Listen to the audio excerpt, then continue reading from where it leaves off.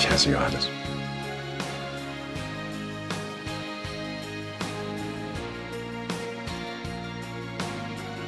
Wenn Sie nichts dagegen haben, möchte ich gerne beim Sie bleiben.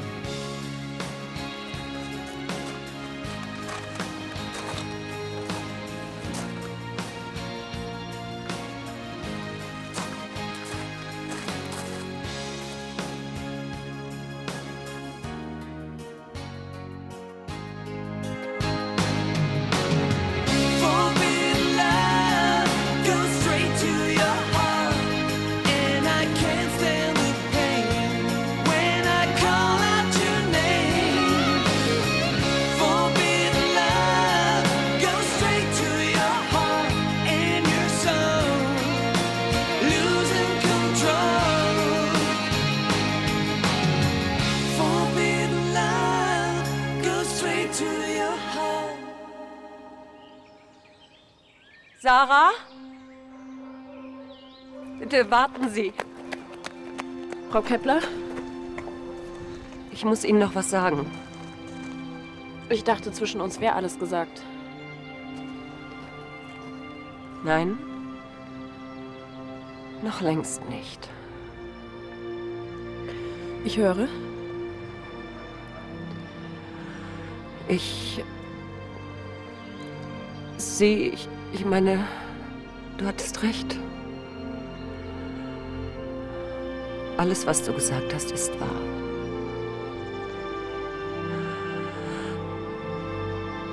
Ich bin deine Mutter.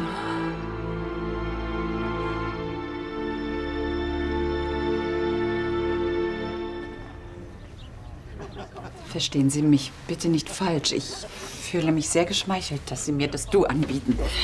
Es ist nur... Danke. Es ist mir nur zu viel Nähe.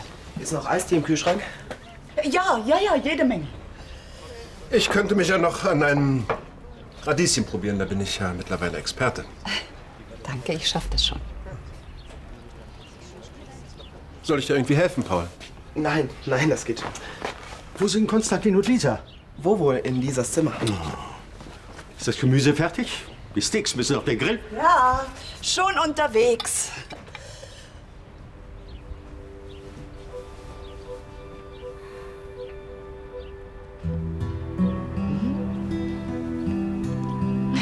Konstantin, wir können doch nicht. Wir müssen. Wenn jemand kommt. Das ist unmöglich, ich habe die Tür abgeschlossen. Aber die warten doch schon alle auf uns. Arno, Elisabeth, dein Papa, Carla. Quatsch, die merken überhaupt nicht, dass wir weg sind. Nein. Jetzt komm. Nein. Ich gebe euch 1 Minute, dann will ich euch unten sehen. Sei froh, dass er diesmal nicht die Tür streichen will. Wir kommen gleich. Pass auf. Wir lassen uns jetzt unten kurz blicken. Und wenn dann alle mit dem Essen beschäftigt sind, dann verziehen wir uns wieder. Guter Plan? Ja, ziemlich guter Plan. Ich wette meinen Kopf drauf. Lisa und Konstantin lassen sich nicht mehr blicken. Oh, leg's nicht drauf an. Du könntest ihn verlieren. Hab ich schon.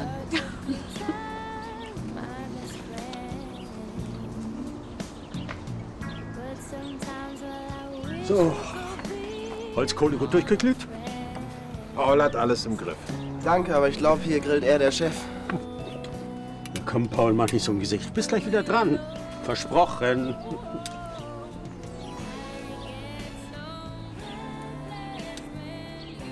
Darf ich? Exzellenter Service, vielen Dank.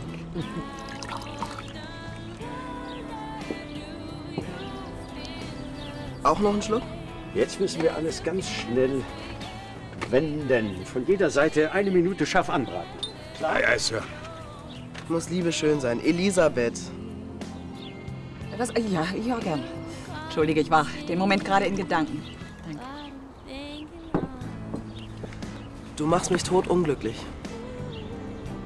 Warum? Eigentlich habe ich gedacht, irgendwann wäre es vorbei mit den großen Gefühlen. Warum so pessimistisch?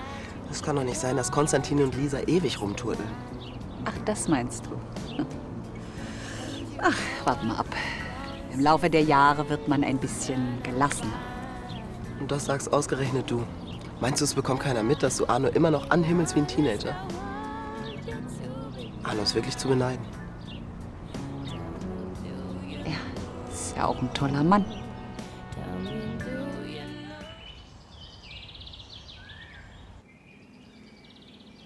Die wichtigste Frage hast du mir immer noch nicht beantwortet. Ich wollte dich nicht... Ich meine, ich wollte dich nicht... Ich wollte kein Kind. Diese Schwangerschaft, die war nicht geplant. Also war ich ein Unfall. Ich war jung und unerfahren. Das war meine erste Stelle. Ich hatte auf Königsbrunn gerade erst angefangen. Das klingt für dich sicher ganz schrecklich. Aber ich war damals eben sehr naiv.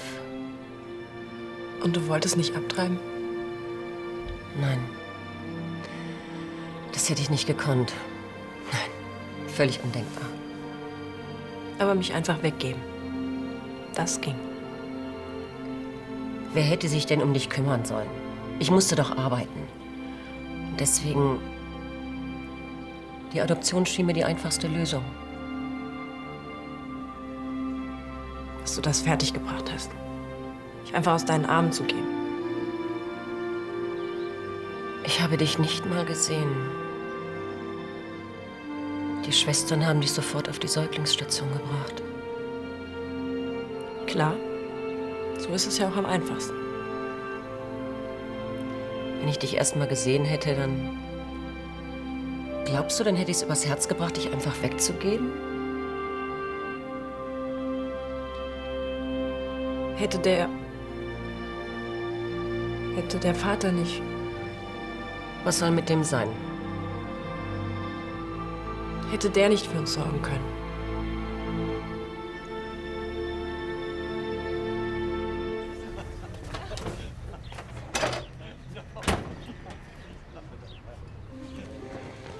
Darf ich bitten?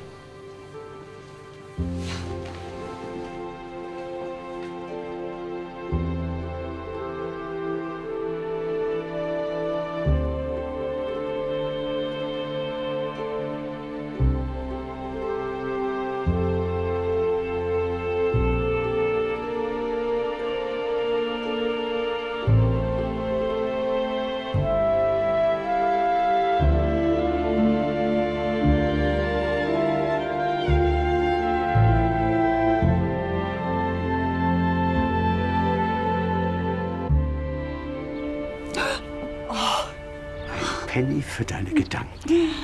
Ich wollte nur den Champagner prüfen. Also, ob er kalt genug ist, meine ich. Und ist er? Ja, natürlich.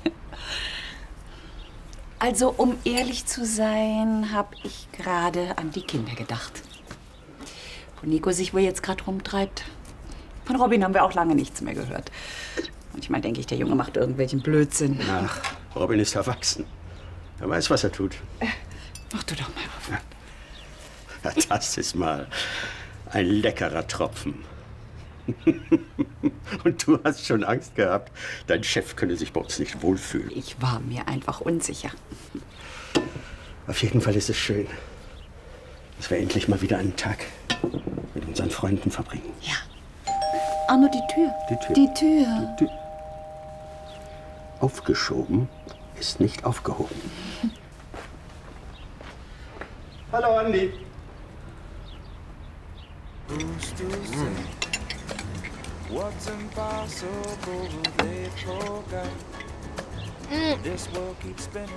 Das ist unglaublich lecker. Arnos berühmte Brandner-Marinade.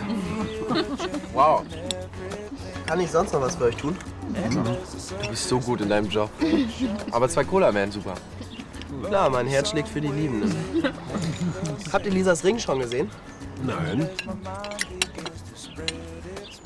Oh. Sehr geschmackvoll. Konstantin weiß, was Frauen wünschen. Ich bin ja kein Bauknecht wie Andi. Für das Herz seiner Frau, das gewinnt man mit kleinen Geschenken. Wie kommst du denn darauf? Kannst du ruhig ein Beispiel an deinem Bruder nehmen. Ach ja.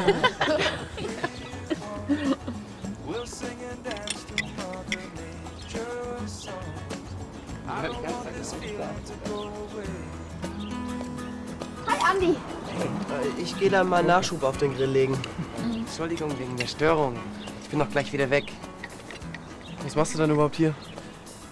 Wegen Lisa. Ich wollte dir was vorbeibringen. War ja klar. Was ist es? Jedenfalls kein Pferd. Ta.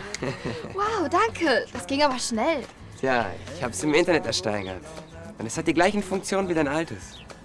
Muss ich das verstehen? Anni hat ihres letzte Woche geschrottet. Ja, ich würde sagen, ich gehe dann mal wieder. Komm, willst du nicht ein Würstchen? Du hast doch bestimmt Hunger. Aber immer.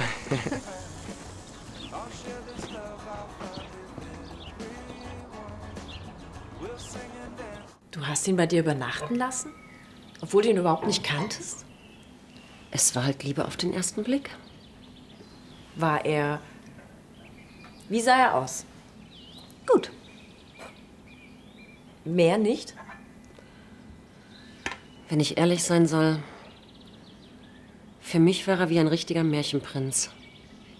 Souverän, weltgewandt. Und so kam halt eins zum anderen. Souverän. Weltgewandt? Hast du nicht gesagt, mein Vater war ein Zimmermann auf Wanderschaft? Ich fand das halt damals sehr romantisch. Wandernder Klempnergeselle wäre natürlich noch romantischer gewesen. Was hast du gedacht, als du von seinem Tod erfahren hast? Ich weiß nicht mehr. Das war Jahre später. Und du wolltest ihn nie wieder sehen? Nein. Ich habe diese Nacht lange für einen großen Fehler gehalten.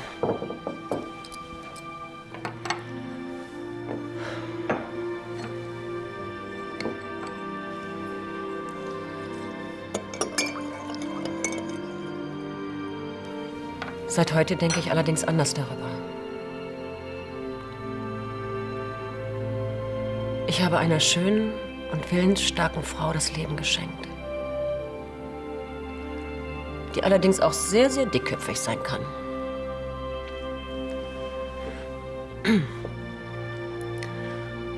Sind damit alle Fragen beantwortet? Dann wünsche ich Ihnen, ich meine, dir eine gute Heimreise.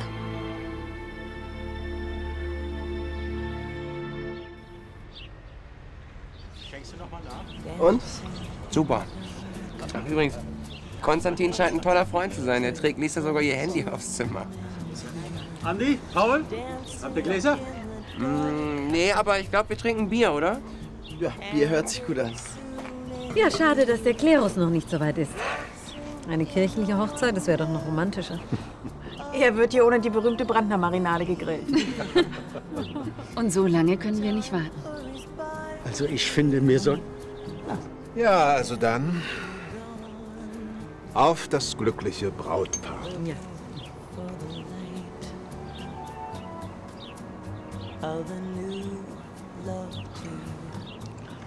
Arno, es gibt da noch einiges zu besprechen.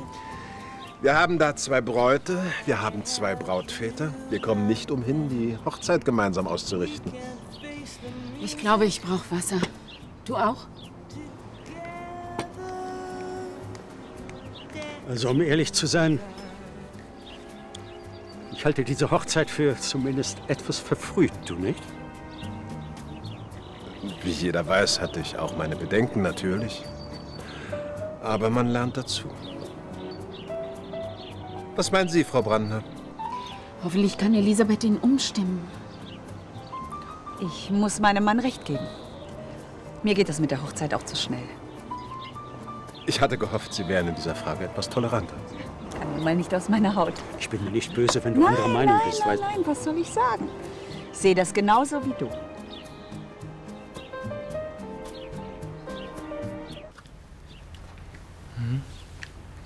Konstantin?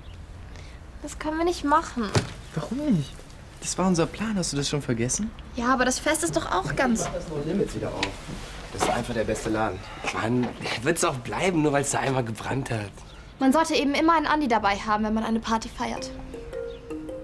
Andi Fritsche. Der Retter in der Not. Das ist nicht witzig.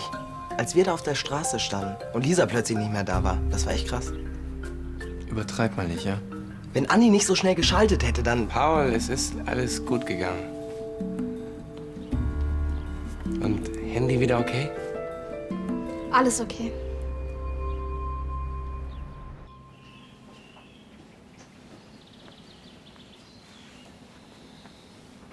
Warum willst du dich nicht zu mir bekennen? Weil, also alle glauben, ich hab ihnen erzählt, ich könnte keine Kinder kriegen. Warum? Weil ich glaube, du gehst jetzt besser. Schön. Wie du willst. Wir können doch trotzdem in Kontakt bleiben. In Kontakt bleiben. Ich will dich kennenlernen. Und das geht am besten hier auf dem Schloss.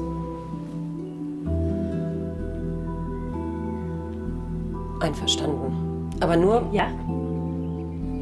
wenn sich an unserem offiziellen Verhältnis nichts ändert. Wir siezen uns weiterhin im Dienst.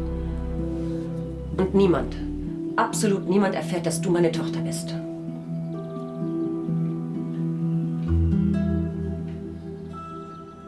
Hier, was sagst du? Zu dem Sattel hier? Mhm. Was ist daran besonders, außer dass er...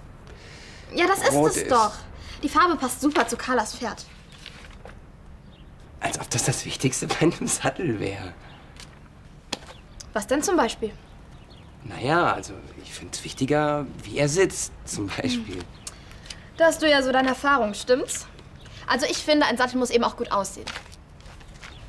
Reiten ist nur was für Mädchen. Ach, Konstantin, jetzt mach dich mal locker.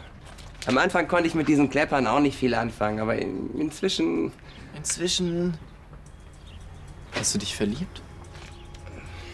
Nein, so weit will ich jetzt auch nicht gehen, aber... Ja, Reiten macht mir irgendwie Spaß. Anni reitet inzwischen sogar ziemlich gut. Und er mag Pferde. Wie dämlich bist du eigentlich? Anni schiebt doch nur Pferdeäpfel, damit er dich ins Bett kriegt. Glaubst du, Elisabeth hat ein Problem mit mir? Wie kommst du denn darauf? Ich habe ihr vorhin das Du angeboten und sie hat abgelehnt.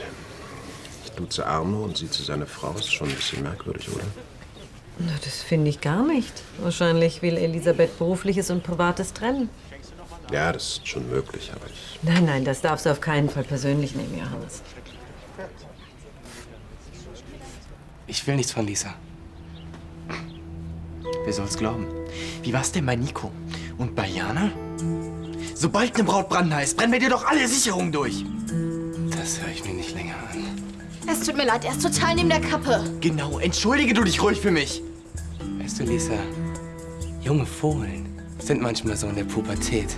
Pass auf, was du sagst, ne? Du komm wieder runter von deinem Trip, Junge! Du tickst doch nicht richtig. Stallknecht! Das war so mies von dir. Der ist scharf auf dich, das sieht man doch als Typ. Du spinnst doch total.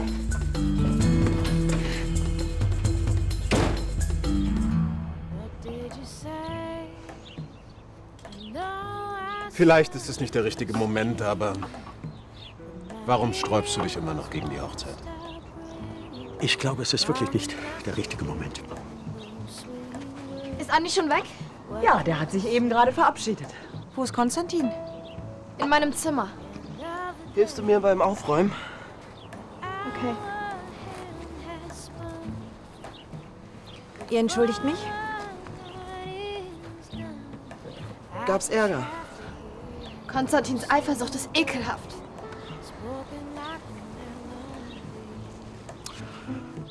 Noch jemand Champagner?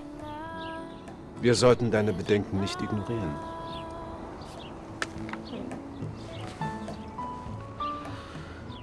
Es ist einfach so.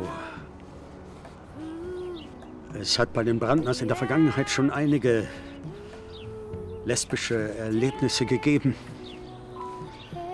Und diese Erfahrungen, die stimmen mich einfach nicht optimistisch genug. Und ich glaube einfach nicht mehr, dass die sexuelle Disposition allein die Qualität einer Beziehung bestimmt.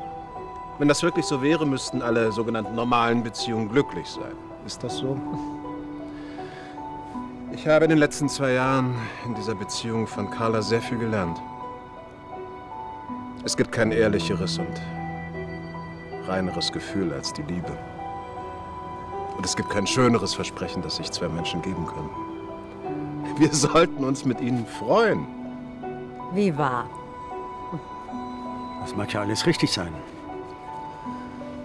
Aber für mich ist das Ganze... Ich finde es nicht richtig. Ist das dein einziges Argument? Du warst verheiratet. Hast Kinder mit einem Mann. Das soll die erste Erfahrung mit einer Frau, das Nonplusultra sein. Ja, verdammt! Weil ich sie liebe! Tut mir leid. Ich kann nicht aus meiner Haut. Du kennst doch deinen Vater. Ich hasse ihn, wenn er so ist.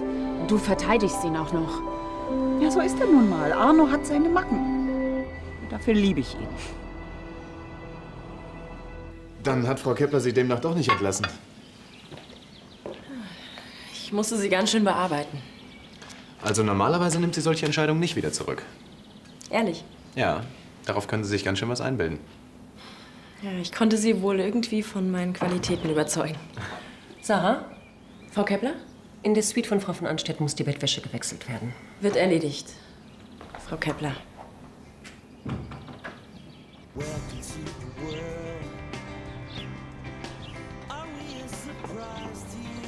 Na, alles in Ordnung? Du warst ja vorhin ganz durcheinander. Konstantin hat was Falsches gesagt. Aber es geht wieder. Ich gehe mal Susanne helfen. Ja. Ja, heute sagen einige das Falsche. Das Fest war doch ganz okay, oder? Ja. Und das haben wir dir zu verdanken. Arnos Schule. Da fällt mir ein, du warst doch vor kurzem in Frankfurt. Ja, wieso? Ich hab mit dem Volleyballern bald ein Turnier da und ich dachte, vielleicht kannst du mir ein paar Tipps geben? Ach so, ja. Graf Lahnstein und ich, wir sind ja kaum aus dem Hotel rausgekommen. Meinst du Hotel oder eher Hotelzimmer? Willst du damit etwa andeuten, dass Graf Lahnstein und ich das... Hey, das war ein Scherz. Das war kein Scherz, das war eine geschmacklose Unterstellung. Halte deine Teenager-Fantasien gefälligst für dich. Ihr gefällt es auch noch, wie dieser Pferdeknecht sie anbaggert. Woher willst du das wissen? Ich bin nicht blind. Du glaubst also, ihr gefällt das, ja? Ja, Mann, ich sehe doch, wie dieser Typ sie mit seinen Blicken auszieht. Du bist eifersüchtig. Damit machst du alles kaputt. Wie schön, dass du mir mit deiner Lebenserfahrung helfen willst, böse Fehler zu vermeiden. Wenn du so weitermachst, dann verlierst du sie. Willst du das? Mensch, Konstantin, was ist los mit dir?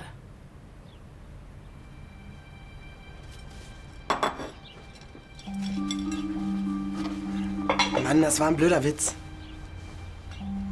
Ich meine, du und Graf Lahnstein, das ist doch völlig absurd. Du hast überhaupt keine Ahnung, wovon du redest.